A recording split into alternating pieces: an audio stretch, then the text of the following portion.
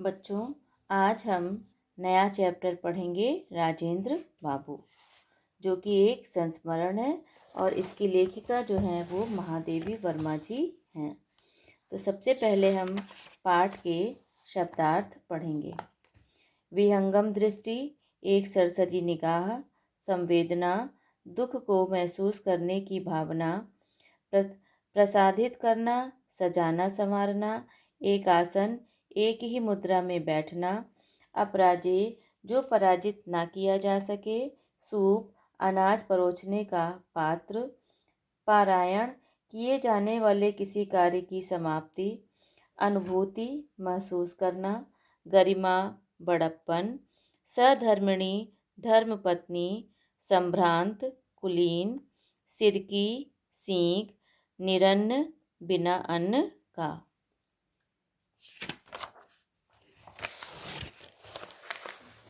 प्रतिध्वनि, जो बात सिद्धांततः गलत है वह व्यवहार में भी उचित नहीं है।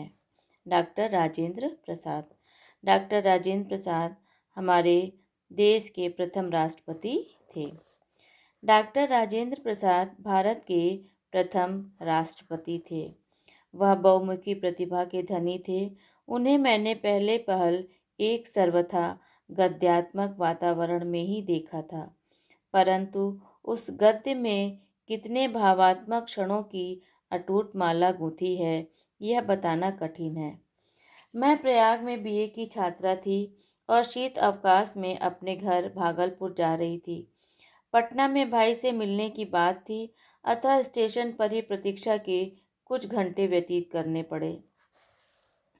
स्टेशन के एक ओर 3 पैर वाली बेंच पर देहातियों की वेशभूषा में परंतु कुछ नागरिकों से घिरे सज्जन जो विराजमान थे, उनकी ओर मेरी विहंगम दृष्टि जाकर लौट आई। वास्तव में भाई से यह जानने के उपरांत कि उक्त सज्जन ही राजेंद्र बाबू हैं, मुझे अभिवादन का ध्यान आया। पहली दृष्टि में ही जो आकृति स्मृति में अंकित हो गई थी, उसमें इतने वर्षों में न कोई नई रेखा जोड़ी और न कोई नया रंग भरा। सत्य में से जैसे कुछ घटाना या जोड़ना संभव नहीं रहता, वैसे ही सच्चे व्यक्तित्व में भी कुछ जोड़ना घटाना संभव नहीं है।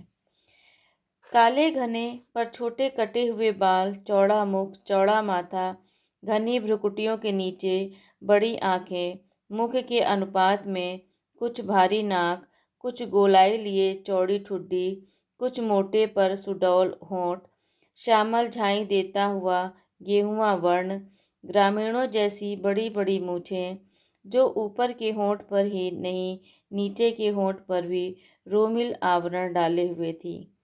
हाथ पैर शरीर सब में लंबाई की ऐसी विशेषता थी जो दृष्टि को अनायास आकर्षित कर लेती थी।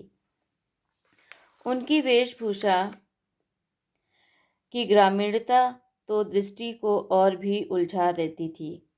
खादी की मोटी धोती ऐसा फेंटा देकर बांधी गई थी कि एक ओर दाहिने पैर पर घुटना छूती थी तो दूसरी ओर बाएं पैर की पंडली।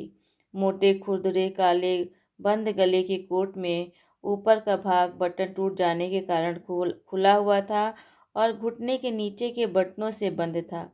सर्दी के कारण पैरों में मोजे जूते तो थे, परंतु कोट और धोती के समान उनमें भी विचित्र स्वच्छंदतावाद था। एक मोजा जूते पर उतर गया था और दूसरा टखने पर घेरा बना रहा था। मिट्टी की परत से न जूतों के रंग का पता चलता था न रूप का। गांधी टोपी की स्थिति तो और भी विचित्र थी। उसकी आगे की नोक बाईं भौं पर खिसक आई और टोपी की कोर माथे पर पट्टी की तरह लिपटी हुई थी।